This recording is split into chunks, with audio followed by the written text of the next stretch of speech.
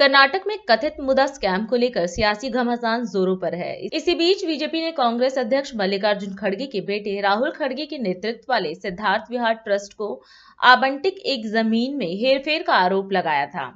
अब खबर सामने आई है कि खड़गे परिवार के स्वामित्व वाले सिद्धार्थ विहार ट्रस्ट ने विवादास्पद स्थल को वापस करने का फैसला किया है।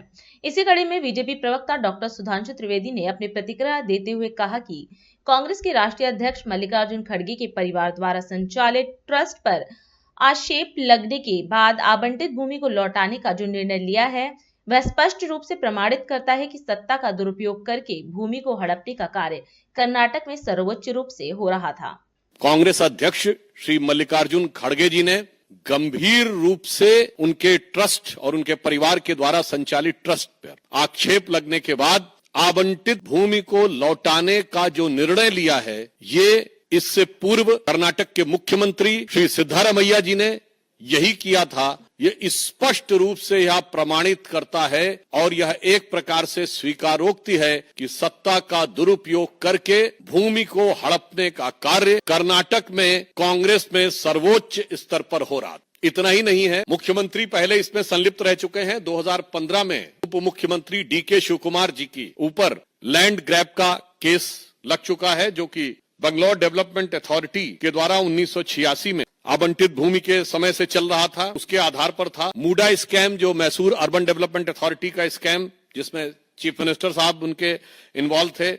फिर Karnataka industrial ADB land grab, जिसमें कि खड़गे जी की फैमिली के लोग इन्वॉल्व थे। और इतना ही नहीं है, इससे पूर्व कांग्रेस के मुख्यमंत्री रहे कमलनाथ जी का नाम आ चुका है। तो राजस्थान में मुख्यमंत्री रहे अशोक गहलोत जी का नाम बीकानेर के लैंड स्कैम में आ चुका है। तो भूपेश बघेल जी के पास आ चुका है।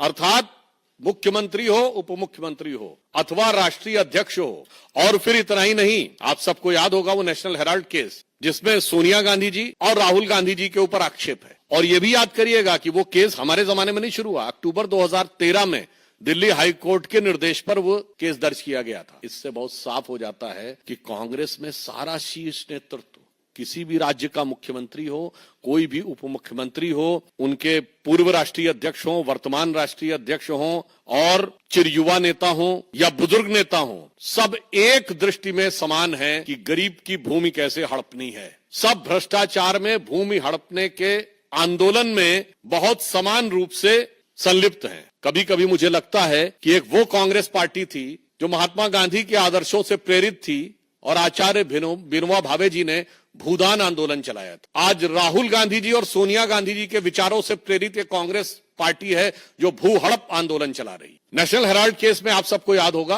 कभी आपने सुना है कि कोई ऐसी कंपनी जिसमें सैकड़ों करोड़ की, मतलब 2000 से लेकर 3000 करोड़ तक की संपत्ति हो और वो 90 करोड़ की देनदारी में बिक जाए? और वो भी जबकि 3 अखबार उसके थे। आप सब पत्रकार हैं, मैं कहना चाहता हूं 3 अखबार, नेशनल हेराल्ड, हिंदी में नवजीवन और उर्दू में कौमी आवाज। 10 साल इनकी सरकार रही, ज्यादा नहीं, केवल 1-1 करोड़ का विज्ञापन देते रहते तीनों अखबारों को, तो 10 साल में कर्जा उतर जाता 90 करोड़ का। राजीव गांधी फाउंडेशन को 150 करोड़ मिल सकते थे, मगर इनके अनुसार स्वतंत्रता आंदोलन का संचालन करने वाले नेशनल हेराल्ड की सोसाइटी को सरकारी विज्ञापन और सरकारी अनुदान नहीं मिल सकता था, वो 90 करोड़ में बिकना था। तो जो प्रवृत्ति राहुल जी और सोनिया जी में दिख रही थी, वही मल्लिकार्जुन खड़गे जी में दिख रही है, वही सिद्धारमैया जी में दिख रही है, वही डीके शिवकुमार जी में दिख रही है। और इस विषय के ऊपर हमारे कर्नाटक की तरफ से भी ये विषय कई बार उठाया गया और ये मामला इतना आसान नहीं है। हमारे मेंबर ऑफ पार्लियामेंट लहर सिंह सुरैया जी ने इस विषय को टेकअप भी किया हुआ है और वहां पर सीएजी ने जो अपनी रिपोर्ट में पॉइंट आउट किया 2017 से, उसमें लिखा है to ask the committee to